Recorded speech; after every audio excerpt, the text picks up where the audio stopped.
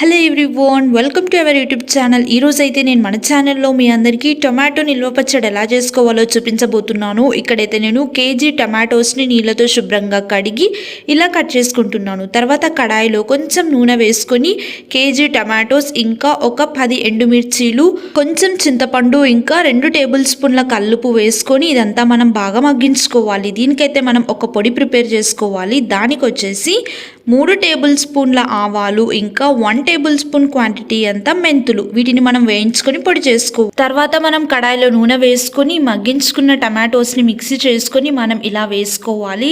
KG tomatoes చేస్తున్నాం కాబట్టి ఇక్కడైతే మనం ఒక 3 కప్పుల క్వాంటిటీ అంత కారం వేసుకోవాలి. అలాగే 4 కప్పుల క్వాంటిటీ అంత ఉప్పు వేసుకోవాలి. మీకు కావాలనుకుంటే ఇందులో ఎండుమిర్చి, ఉద్దిపప్పు, శనగపప్పు, ఆవాలు వాటిని కూడా ఆయిల్లో ఫ్రై చేసుకొని వేసుకోవచ్చు. లాస్ట్లో వెల్లుల్లి వేసుకుంటే సరిపోతుంది.